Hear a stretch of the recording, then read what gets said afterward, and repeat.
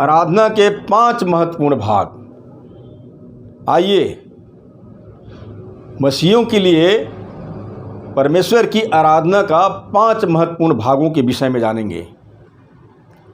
और जैसे कि आप हम सब जानते हैं कि जब हम सप्ताह के पहले दिन यानी कि रविवार को परमेश्वर की आराधना के लिए इकट्ठे होते हैं, तो आराधना में हम प्रार्थना करते हैं, गीत गाते हैं और वचन का प्रचार करते हैं और रोटी तोड़ते हैं और अपना अपना भेंट प्रभु को अर्पित भी करते हैं। लेकिन क्या आपको पता है कि जब आप प्रार्थना करते हैं तो उस समय क्या कर रहे होते हैं? और जैसे कि पवित्र बाइबल हमें बताती है, तू मुझसे प्रार्थना कर और मैं तेरी सुनकर तुझे बड़ी बड़ी और कठिन बातें बताऊंगा जिन्हें तू अभी नहीं समझता। प्रियो, जब हम प्रार्थना करते हैं तो परमेश्वर से हम फेस टू फेस बातें कर रहे होते हैं। और जब हम गीत गाते हैं तो ऐसी कौन सी वस्तु को परमेश्वर को अर्पित करते हैं? और जैसे लिखा है, इसलिए हम उसके द्वारा स्तुति रूपी बलिदान अर्थात उन होठों का फल जो उसके नाम का अंगीकार करते हैं परमेश्वर को सर्वदा चढ़ाया करें। जी हाँ मेरे प्रिय भाई बहनों, जब हम स्तुति के गीत गाते हैं तो उस समय स्तुति रूपी बलिदान जो होठों का फल है परमेश्वर को अर्पित करते हैं। और जब हम वचन का प्रचार करते हैं तो उस समय परमेश्वर हमसे क्या कर रहा होता है?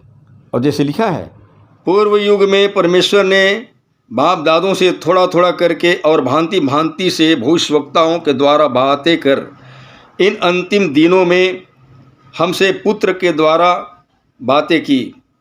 मतलब कि जब हम वचन का अध्ययन करते हैं या वचन का प्रचार करते हैं तो परमेश्वर अपने उन वचनों के द्वारा हम हर एक से बातें कर रहा होता है।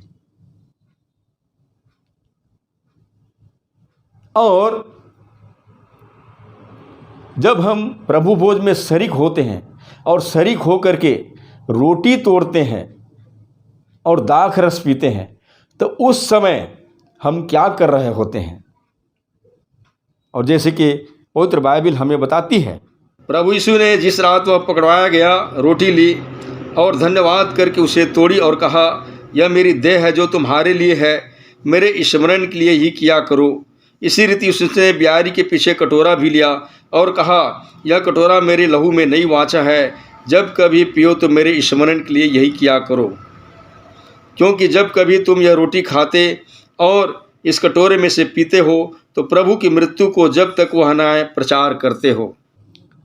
मतलब कि जब हम पवित्र ब्यारी में यानी कि प्रभु की मेज में शरीक होते हैं और उसके रोटी में से खाते हैं और उसके दाख रस में से पीते हैं तो प्रभु यीशु की मृत्यु को जब तक कि वो दोबारा न आ जाए स्मरण करते हैं। और आराधना के अंतिम भाग में जब हम प्रभु के लिए अपना दान देते हैं तो किसके अनुसार देनी चाहिए? और जैसे कि बाइबल हमें बताती है, सप्ताह के पहले दिन तुम में से हर एक अपनी आमदनी के अनुसार कुछ अपने पास रख छोड़ा करे कि मेरे आने पर चंदा न करना पड़े। मतलब कि हमें अपनी आमदनी के अनुसार प्रभु को अपनी दान देनी चाहिए।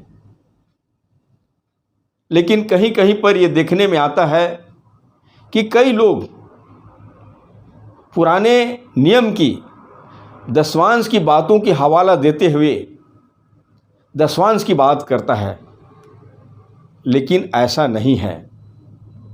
हम देखते हैं पवित्र बाइबल में एक विधवा जिसने 2 दमड़ी परमेश्वर को दान अर्पित किया और वो दान सचमुच में फरीसियों की बहुत बड़ी दान से भी बेहतर थी। इसलिए दान को न तो कुड़कुड़ा के देनी चाहिए और न ही किसी के दबाव में देनी चाहिए। सहर्ष पूर्वक परमेश्वर को अपनी अपनी भेंट अर्पित करनी चाहिए। और जैसे कि बाइबिल हमें बताती है, हर एक जन जैसा मन में ठाने वैसा ही दान करें, न कूड़ कूड़ के और न दबाव से, क्योंकि परमेश्वर हर्ष से देने वाले से प्रेम रखता है। इसलिए हमारी आराधना पूरी तरह से बाइबिल की शिक्षा के अनुसार होनी चाहिए, परमेश्वर की अनुशासन में होनी चाहिए और पूरी तरह से भक्ति और भय के साथ होनी चाहिए। जैसे कि इब्रानियों के पत्री 12 अध्याय वचन 28 में हमें बताती है, इस कारण हम इस राज्य को पाकर जो हिलने का नहीं कृतज्ञ हों और भक्ति और भय सहित परमेश्वर की ऐसी आराधना करें जिससे वह प्रसन्न होता है। और बाइबिल हमें बताती है कि परमेश्वर आत्मा है और अवश्य है कि उसकी उपासना करने वाले आत्मा और सच्चाई से करें। यूहन्ना रचित सुसमाचार 4 अध्याय वचन 24।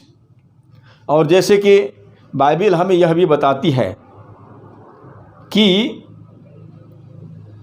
धोखा न खाओ, परमेश्वर ठट्ठों में नहीं उड़ाया जाता, क्योंकि जो शरीर के लिए बोता है वह शरीर के द्वारा विनाश की कटनी काटेगा और जो आत्मा के लिए बोता है वह आत्मा के द्वारा अनंत जीवन की कटनी काटेगा।